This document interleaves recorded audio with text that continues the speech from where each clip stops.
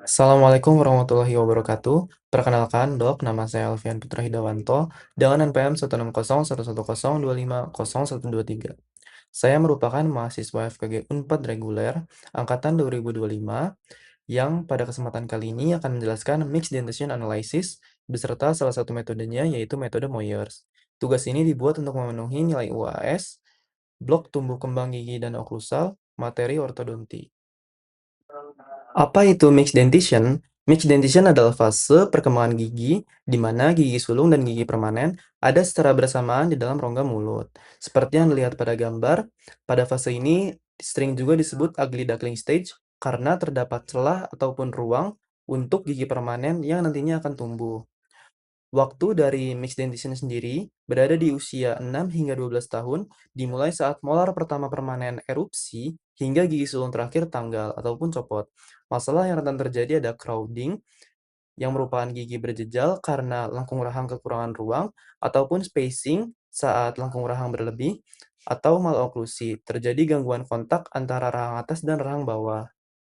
Salah satu metode untuk mengukur fase mixed dentition ada analisis Moyers.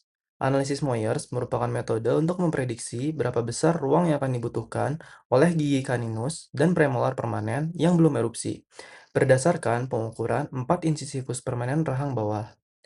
Mengapa menggunakan 4 incisivus permanen rahang bawah? Karena keempat gigi ini telah tumbuh di periode mixed dentition. Selain itu, ukurannya juga berkorelasi dengan premolar dan juga caninus. Dan juga variasi untuk keempat gigi ini tidak terlalu banyak, sehingga prediksi menjadi lebih akurat.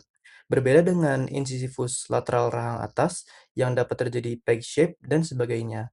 Untuk tujuannya, yang pertama ada menentukan apakah akan terjadi crowding atau spacing. Yang kedua, memandu keputusan perawatan dini. Yang ketiga, membuat perencana perawatan yang lebih akurat. Dan yang terakhir, sebagai komunikasi dengan pasien dan orang tua. Untuk output atau hasil akhir yang diharapkan dari analisis Moyers adalah diskrepansi ruang, yang merupakan selisih antara total space available, ruang yang masih tersedia di dalam rahang kita, dengan total space require, ruang yang dibutuhkan untuk gigi-gigi tumbuh nantinya. Perhitungan diskrepansi ruang merupakan tahap akhir sekaligus inti dari kesimpulan klinis mixed dentition analysis. Untuk notasinya, apabila hasil bertanda positif, maka ruang yang tersedia melebihi ruang yang dibutuhkan. Apabila hasil bertanda negatif, maka ruang yang tersedia tidak mencukupi kebutuhan. Dan jika nol, itu berarti ideal. Selanjutnya, metode pengukuran. Terdapat dua metode pengukuran, yang pertama ada long method dan juga short method. Untuk long method sendiri merupakan prosedur analisis ruang gigi campuran yang mengandalkan tabel probabilitas secara penuh untuk memprediksi ukuran gigi kaninus dan premolar yang belum erupsi. Dapat memisahkan berdasarkan jenis kelamin, baik itu pria dan wanita. Alat dan bahan yang dibutuhkan untuk pengukuran ini, yang pertama ada mulai gauge atau jangka berujung lancip untuk mengukur lebar mesiodistal gigi dalam satuan milimeter. Selanjutnya ada gips atau model cetakan rahang, yaitu merupakan cetakan positif dari gigi rahang atas dan rahang bawah pasien digunakan untuk mengukur gigi terkait analisis ruang. Dan yang terakhir tentunya ada tabel Moyers yang pada slide selanjutnya akan ditunjukkan.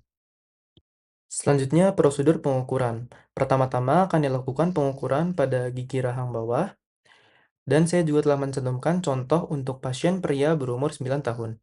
Langkah yang pertama, ukur lebar mesiodistal masing-masing incisivus lateral dan sentral permanen rahang bawah kanan, lalu catat hasilnya. Dan pada contoh yang saya pakai, untuk gigi incisivus lateral mendapat ukuran 5,7 mm dan untuk gigi incisivus sentral 5,3 mm. Lalu langkah yang kedua, ukur lebar mesiodistal masing-masing incisivus lateral dan sentral permanen rahang bawah kiri. Lalu catat hasilnya. Pada contoh yang saya pakai ini, mendapat hasil untuk gigi 31 yaitu 5,3 mm, gigi 32 atau incisivus lateral mendapat 5,7 mm. Selanjutnya, jumlahkan hasil pengukuran. Berdasarkan keempat gigi incisivus tadi, didapat total 22 mm. Selanjutnya, kita lihat pada tabel Moyers. Pastikan kita menggunakan tabel Moyers untuk gigi rahang bawah, dan karena pasiennya ini pria, kita menggunakan kategori MELS. Pada kolomnya, kita cari ukuran yang sudah tadi diukur untuk gigi incisifus, yaitu 22 milimeter. Lalu ditarik garis ke bawah hingga menemukan persentil 75%. Mengapa menggunakan persentil 75%? Karena persentil ini aman untuk klinisi gunakan.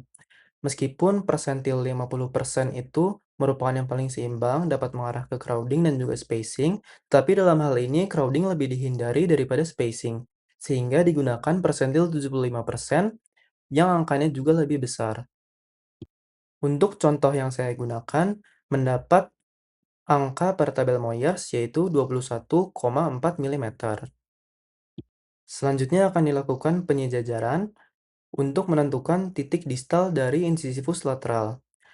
Langkahnya, sejajarkan lebar incisifus sentral dan lateral pada satu sisi, tempatkan ujung jangka pada garis tengah gips, tandai titik distal di mana incisifus lateral akan berada.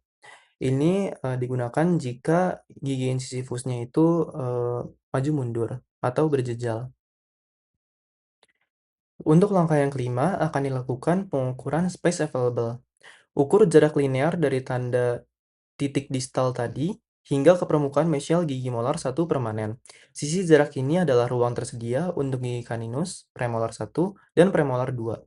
Seperti pada gambar, dan pada contoh saya ini mendapat space available untuk rahang bawah kanan sebesar 20,0 milimeter dan untuk rahang bawah kiri mendapat 21,5 milimeter. Selanjutnya prosedur pengukuran pada gigi rahang atas atau maksila.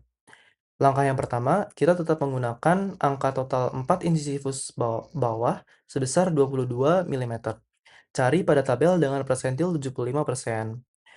Pastikan tabel yang merupakan untuk gigi rahang atas dan kategori MELS, lalu dari angka 22 milimeter, tarik garis hingga menemukan persentil 75%. Didapat untuk contoh saya ini 21,5 milimeter pada tabel. Langkah yang kedua, koreksi overjet. Apabila pada pasien terdapat kelebihan maupun kekurangan pada overjetnya. Untuk menandai batas distal incisifus lateral atas, klinisi harus melakukan koreksi overjet.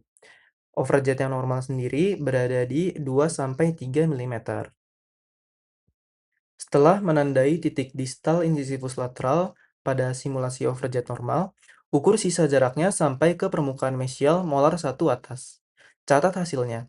Pada contoh saya ini didapat untuk space available sisi kanan atas atau kuadran 1 yaitu 22 milimeter.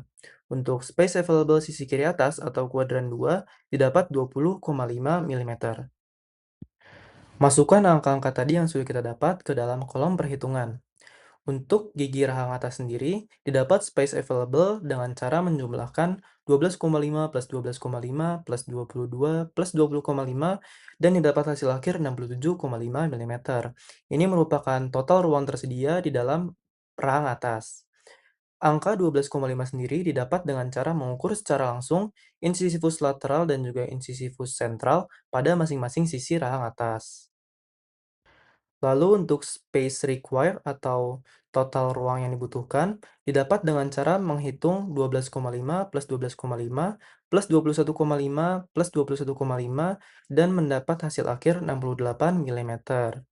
Ini merupakan total ruang yang dibutuhkan untuk gigi kaninus dan juga premolar tumbuh. Selanjutnya dilakukan perhitungan diskrepansi ruang dengan cara mengukur total space available dikurang total space required, dan didapat hasilnya minus 0,5 milimeter. Untuk lebih jelasnya, seperti pada tabel yang kanan bawah, didapat pada maksila kanan itu kelebihan 0,5 dan untuk maksila sisi kiri minus 1 milimeter. Untuk gigi rahang bawah, didapat space available dengan cara menjumlahkan 11 plus 11 plus 20 plus 21,5, didapat hasil akhir 63,5 milimeter. Ini merupakan total ruang yang tersedia pada rahang bawah.